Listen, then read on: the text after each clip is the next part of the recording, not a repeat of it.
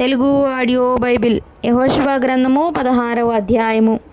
యోసేపు పుత్రులకు చీటి వలన వచ్చిన వంతు ఎరికో ఎదుట యొర్దాను దరి నుండెను. తూర్పుననున్న ఆ ఎరికో ఏటి వెంబడిగా ఎరికో నుండి బేతేలు మన్యదేశము వరకు అరణ్యము వ్యాపించును.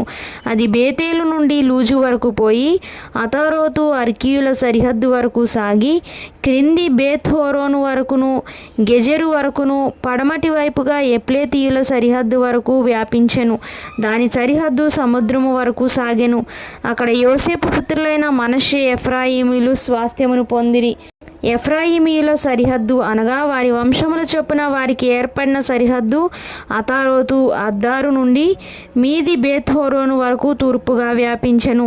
వారి సరిహద్దు మిక్మెతాతునొద్దనున్న సముద్రము వరకు పశ్చిమోత్తరముగా వ్యాపించి ఆ సరిహద్దు తానా తీల్షోను వరకు తూర్పు వైపుగా చుట్టూ తిరిగి యానోహా వరకు తూర్పున దాని దాటి యానోహా నుండి అతారోతు వరకును నారాతా వరకును ఎరికోకు తగిలి యొర్దాను నొద్ద తుదముట్టెను. తప్పూయా మొదలుకొని ఆ సరిహద్దు కానా ఏటి వరకు పశ్చిమముగా వ్యాపించును. అది వారి వంశముల చొప్పున ఎఫ్రాయిమీయుల గోత్ర స్వాస్థ్యము.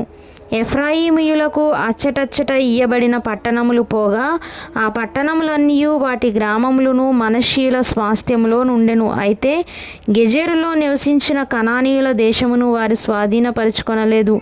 నేటి వరకు ఆ కనానీయులు ఎఫ్రాయిమీయుల మధ్య నివసించుచు పన్నుకట్టు దాసులై ఉన్నారు.